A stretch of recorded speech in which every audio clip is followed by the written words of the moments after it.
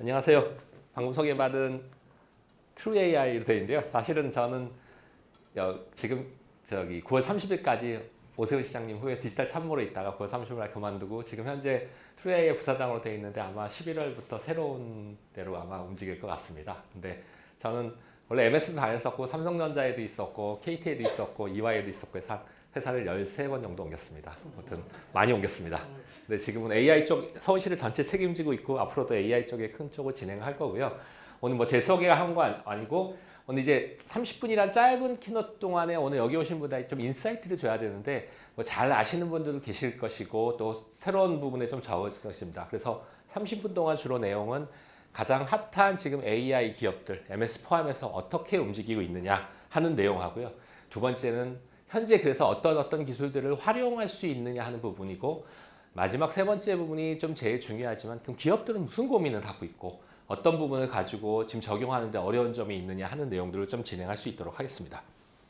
자, 보시는 것처럼 이제 5가지 회사의 기업들이 보입니다. 물론 이 회사가 전체 AI를 이끈다고 볼 수 없지만 현재는 가장 크게 많이 움직이는 회사라고 보여집니다. 우리가 잘 아는 챗GPT를 만든 오픈 AI와 그 다음에 지금 두 번째 이제 구글 같은 경우인데 하나 잠깐 포인트끼리만 말씀해 드리겠습니다. 사실 오픈 AI는 구글을 언제나 약간 앞서면서 5월 14일 날 발표할 때도 하루 전날 하면서 구글에 약간 초를 치는 형태로 했잖아요.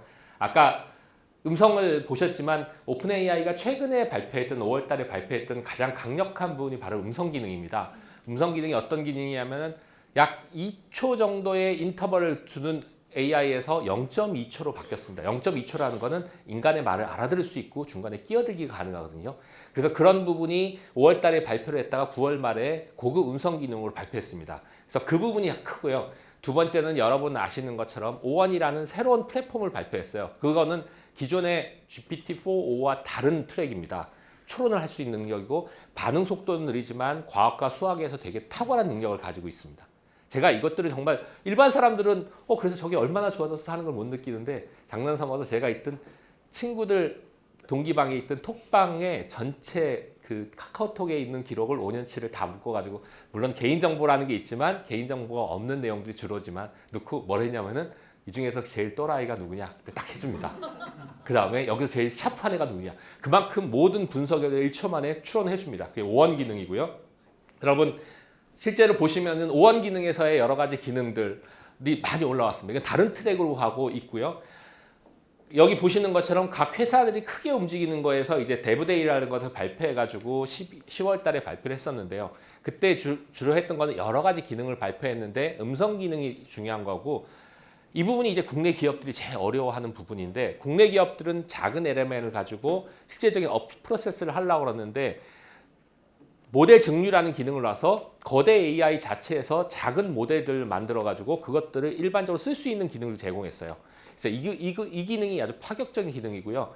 또 캔버스라는 쪽에 유료 사용자를 위한 것도 기능을 개발했는데 한번 보시면은 개발자들이 멘붕을 만드는 정도로 개발의 기능들 도와줍니다. 그래서 이런 기능들이 크게 오픈 AI에서 이루고 있고요.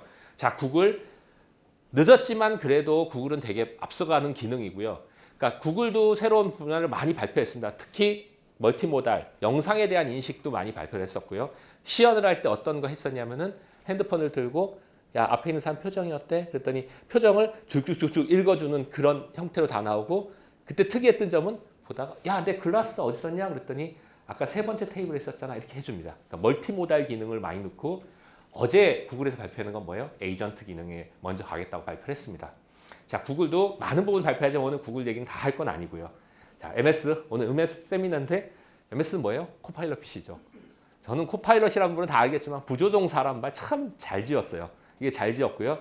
그럼 MS에서의 전략은 오늘 이 다음 세션에서 워낙 자세히 하겠지만 주로 뭐냐면은 나의 에이전트를 PC에 싣겠다는 거군요. 거기에 따라서 OS 다 바뀔 거고요. 또 지금까지는 인텔 칩에서 이제 퀄컴 칩 아니면은 추론 칩으로 다 바뀔 겁니다. 집에 있는 PC 다 바꿔야 될 것 같아요. 근데 그러기 위해서는 뭐가 있어야 돼요? 에이전트 PC, 나를 위한 도구가 PC 안에 숨어져야 됩니다. 그 숨어주는 기능들을 하기 위해서 제일 중요한 것들이 바로 나의 어떤 액션을 다 커버해주는 기능이고요. 그 기능이 바로 리콜 기능입니다. 근데 그 리콜 기능이 뭐가 문제가 될까요?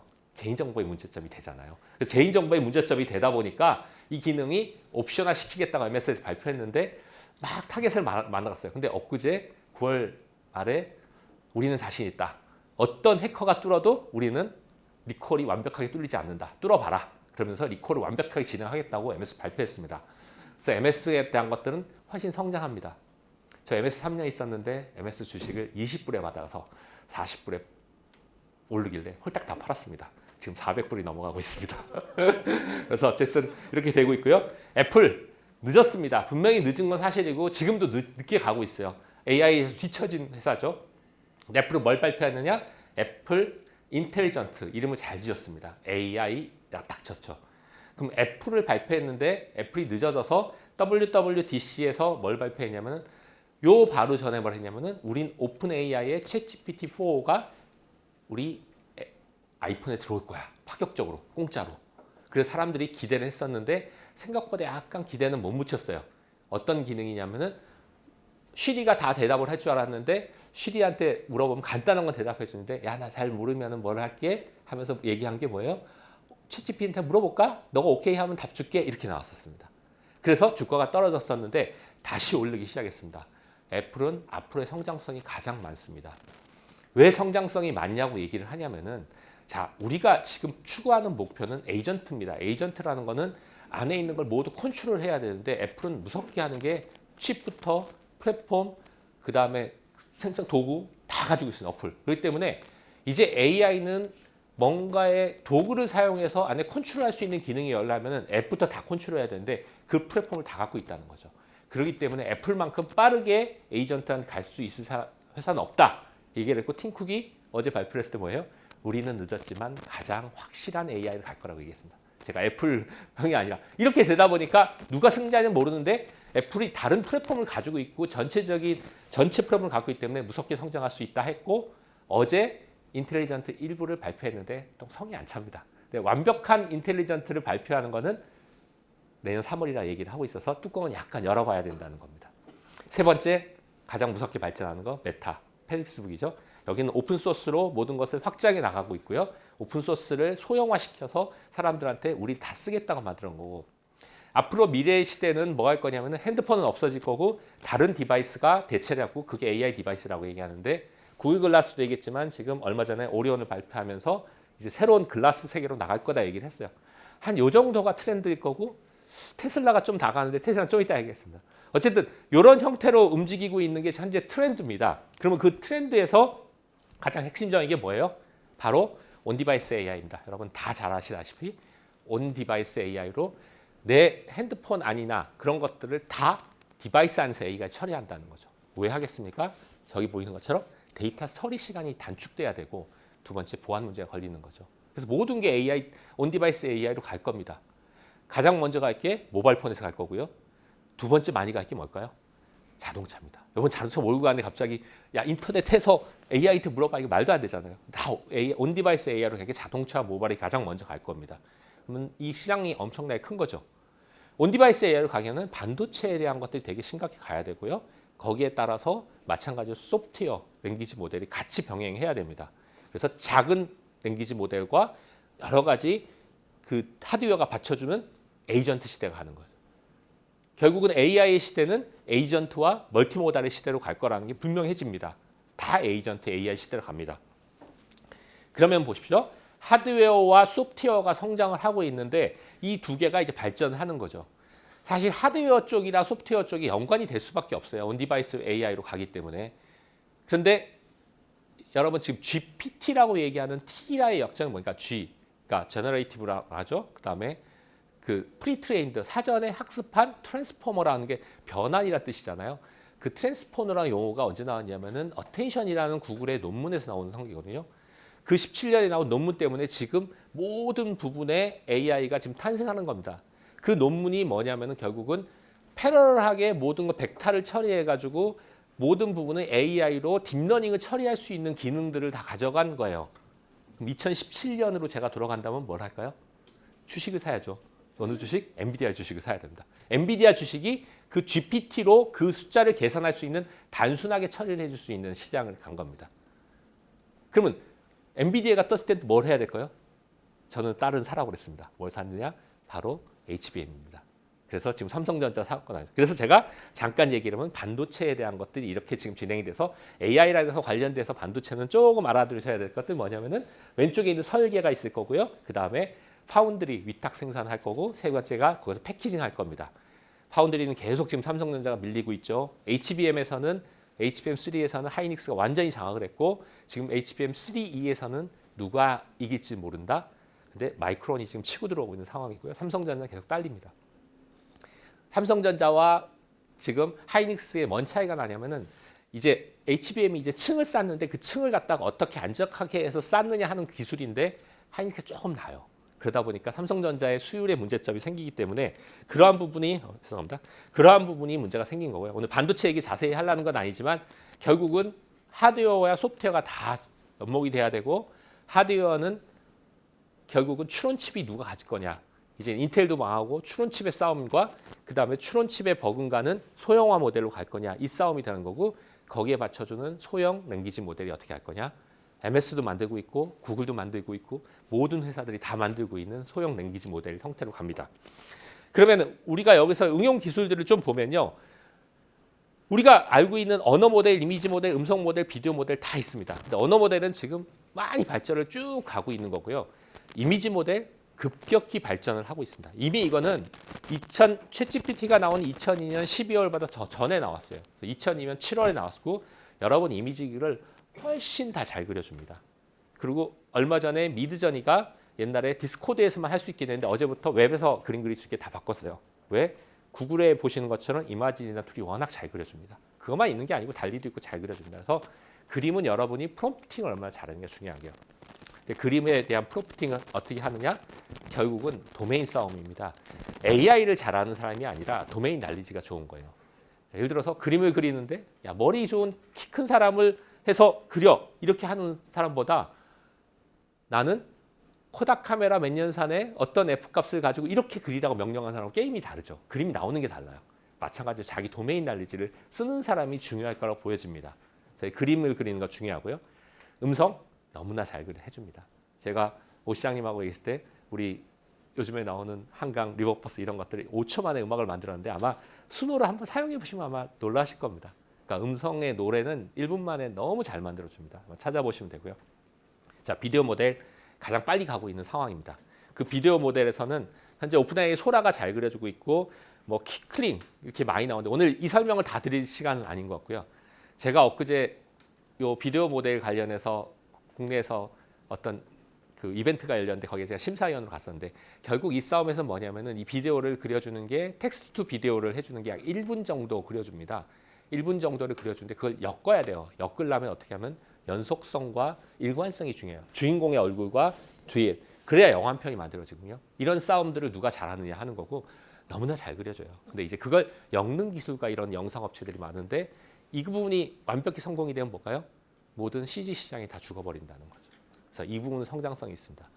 어쨌든 이러한 방향으로 큰 틀에서 가는데 하나하나 제가 설명은 다 안 드리지만 이런 것들이 지금 가고 있는 상황입니다.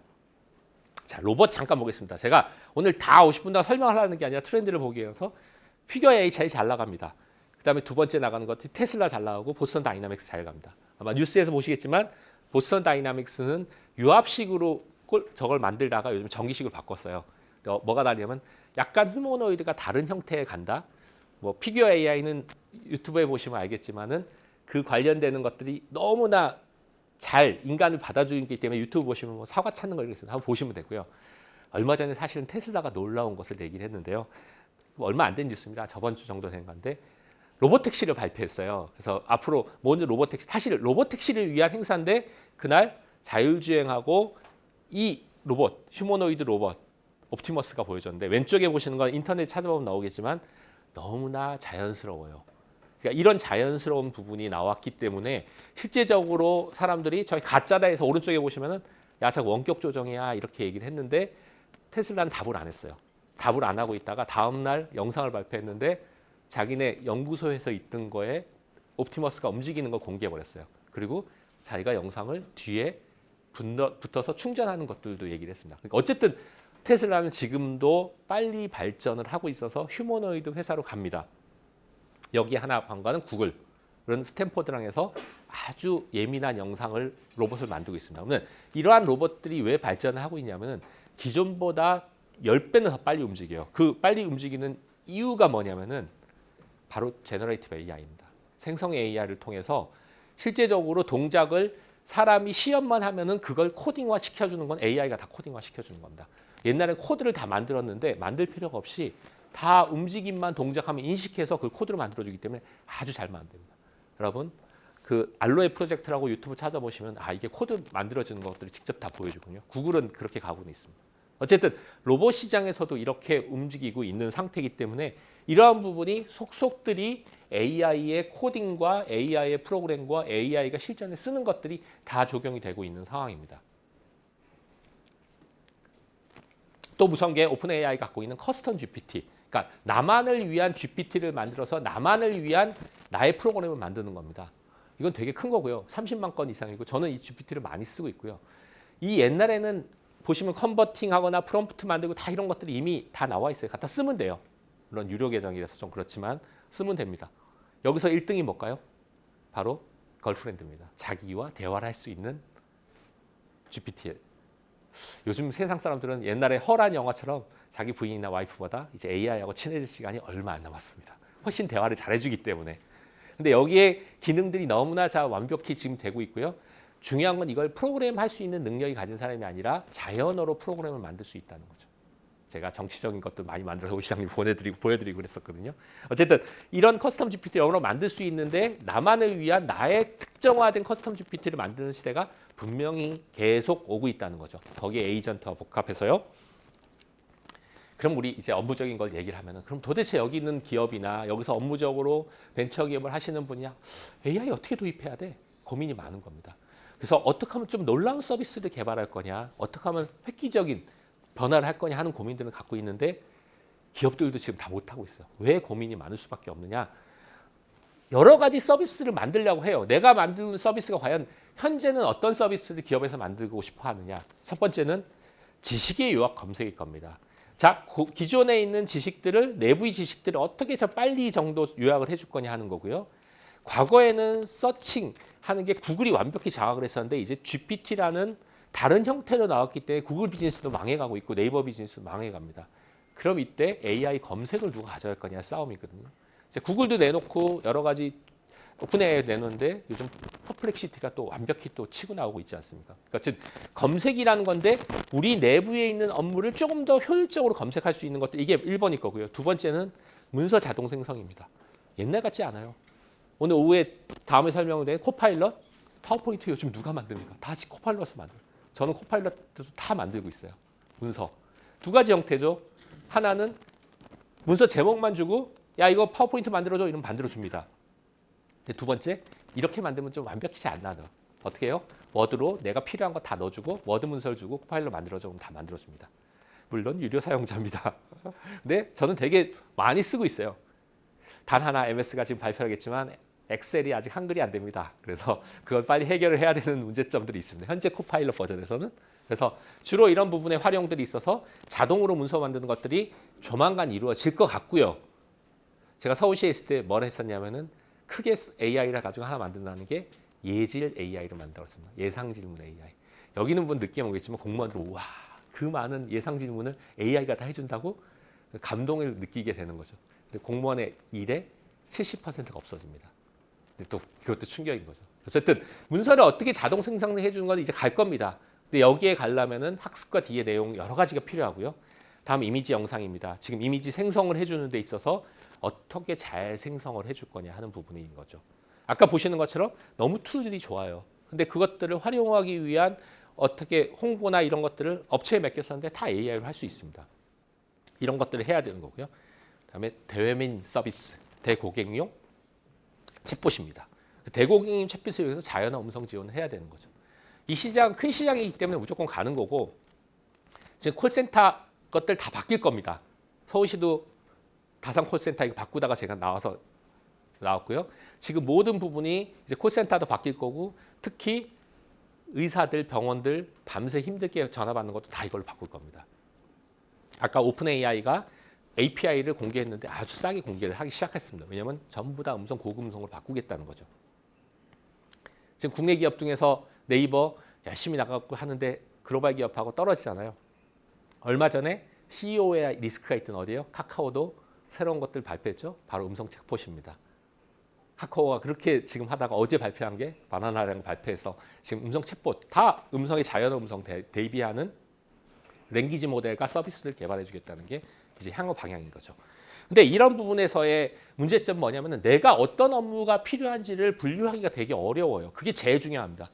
여기 계신 분들도 내가 AI를 했을 때 어떤 부분을 바꿀 것이냐, 어떤 서비스를 바꿨을 때 진짜 혁기적으로 업무를 바꿀 것이냐 하는 부분이 분명히 나와야 돼서 서울시에 제가 이 정도로 해서 이걸 다 만들었습니다. 물론 꼭 생성 AI는 아니고 비전 AI라고 부르는 여러 가지 기존에 있는 것들 바꿔서 만들었어요.